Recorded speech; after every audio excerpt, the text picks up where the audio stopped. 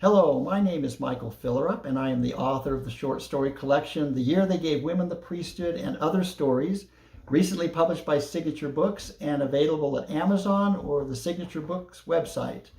Today I'm going to read an excerpt from the title story, The Year They Gave Women the Priesthood. I want to tell you a little about the story. I wrote the first draft over 40 years ago when I had 3 little girls, ages 6, 4, and 1.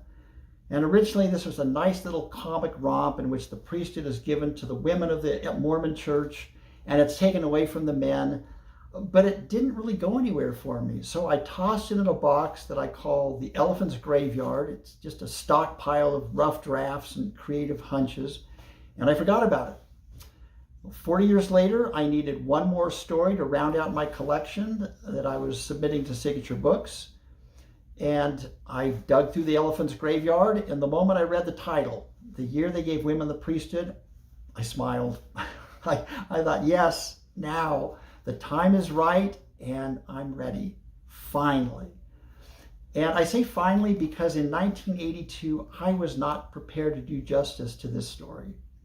However, over the next 4 decades, as my 3 little girls grew into young womanhood and then full adulthood, I would witness firsthand the double standards, the condescending remarks, the dismissive behavior, the sometimes subtle and other times just shameless bias against my daughters and their female compatriots. And I saw this at school, at church, in the workplace, at the mall, at the movies, everywhere.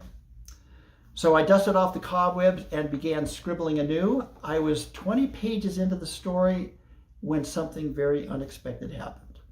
Irish author Frank O'Connor once said that a writer's greatest delight is when a character stands up in mid-story and says, I'm not going to do that.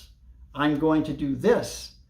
And in this instance, it wasn't a particular character that rebelled, but the story itself. And it said, nope, not going there. We're going here. So, of course, I protested. I said, no, wait, stay the course. That's not the plan. And the story just yelled back, nope, we haven't come this far just for that. You want to explore gender bias, double standards, sex discrimination, condescension, hypocrisy? Then quit dancing around and go for the jugular. Hit them where they live, as the saying goes. So I followed that impulse, and the story took me to a place I hadn't planned on going. And this story definitely hits below the belt. The story is told from the point of view of Chad Fletcher, a young husband, father, and faithful member of the Mormon Church. And his wife's name is Maddie. He has 3 children. This excerpt begins shortly after the shocking announcement in General Conference that the women of the Mormon Church will be receiving the priesthood, but the men will be losing it. Got to put on my cheaters here.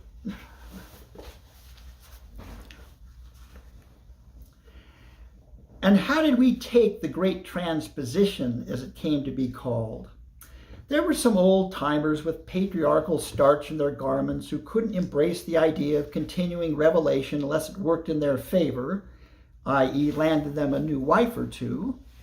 And there were a number of male chauvinist types who simply couldn't handle the role reversal, having regarded the priesthood as God's official endorsement of innate male superiority. Many of these would apostatize and leave the church. Others conceded that their wives had always been better suited to manage the affairs of the church as well as the home and begrudgingly accepted the change.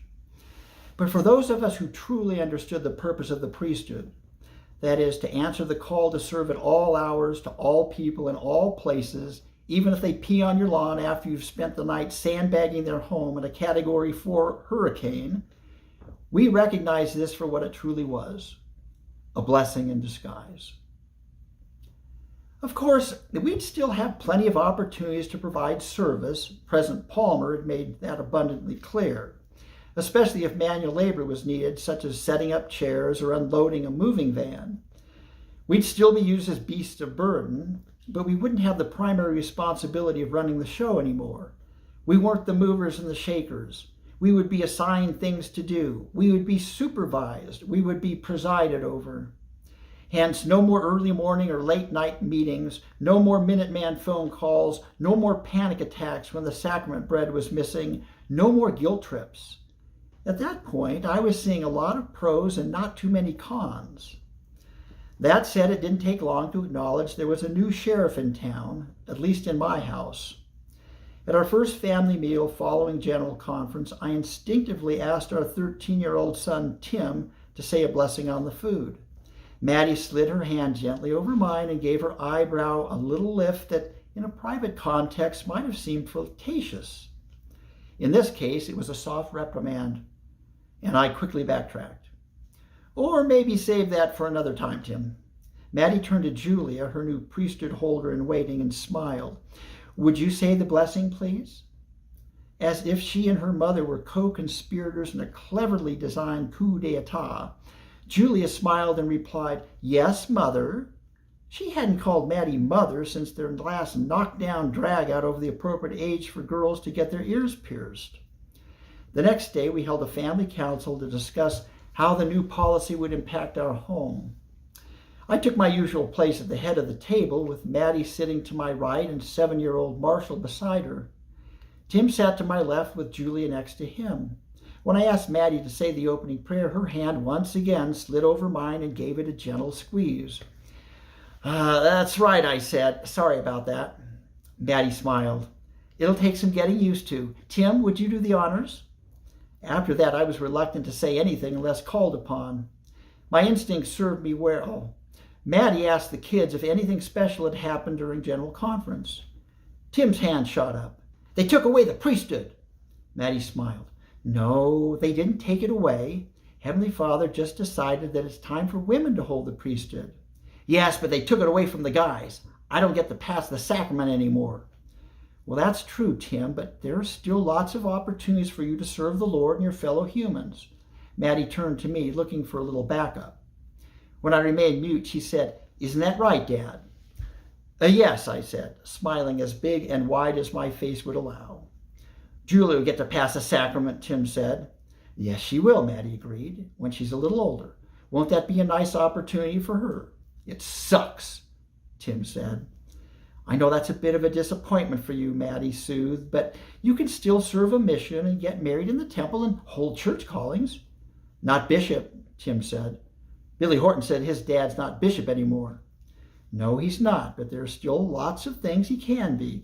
Primary president, young men's advisor, president of the Men's Society. The Men's Society, I said. You mean like a relief society for men? Not exactly, Maddie explained. She'd been called as a counselor in the new bishopric. Along with the other recently anointed female leaders in our stake, she'd been the recipient of a two-day crash course during which a general authority had explained all of the church's new programs and policies. How the prophetess and her counselors had masterminded this blitzkrieg training effort worldwide in less than a week absolutely baffled me. It used to take our elders quorum 2 months to plan a father and son outing where everyone brought their own dinner and the elders quorum ponied up with Dutch oven cobbler for dessert. My point is, Maddie was now privy to all kinds of insider information. I was not. Not exactly, she explained. The mission of the Relief Society was to nurture the sisters in the ward and to provide compassionate service generally. That's now a priesthood responsibility. In other words, the priesthood will be ministering to the needs of all members of the ward, male and female, young and adult. What if they're gay? Julia asked. Or trans, Tim added.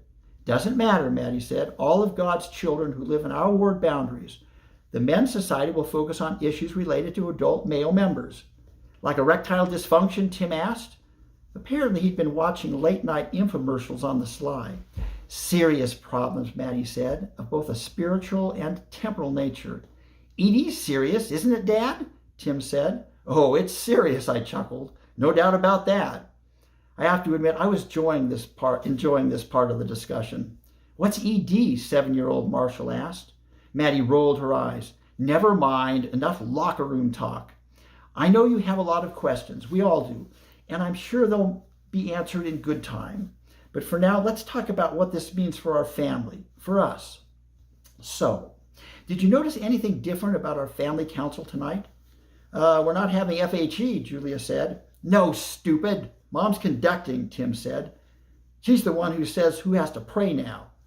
Gets to pray, Maddie corrected. Mom's wearing the pants now, Julia said.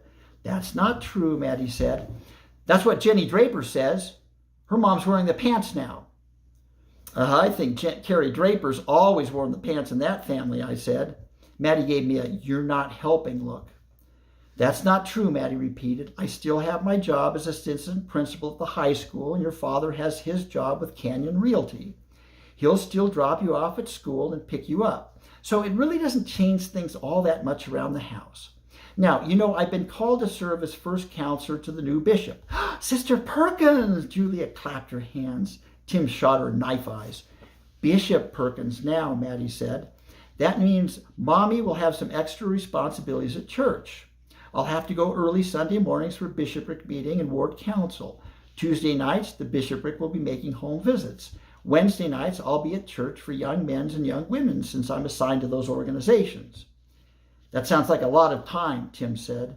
Well, it is, but the good news is your father will be here. So think of it as a more quality time with Dad. Isn't that nice? Not if he's cooking, Tim said. Julia framed her face with her hands like that poor soul in Edvard Munch's The Scream. Dad's cooking! Ah! Sometimes, yes, when I have meetings. Tim put a finger to his head like a pistol, closed his eyes, and pulled the trigger. Well, we'll work on Dad's culinary skills, Maddie said. I'm sure he'll be able to rise to the occasion. Thanks for that resounding vote of confidence, I said.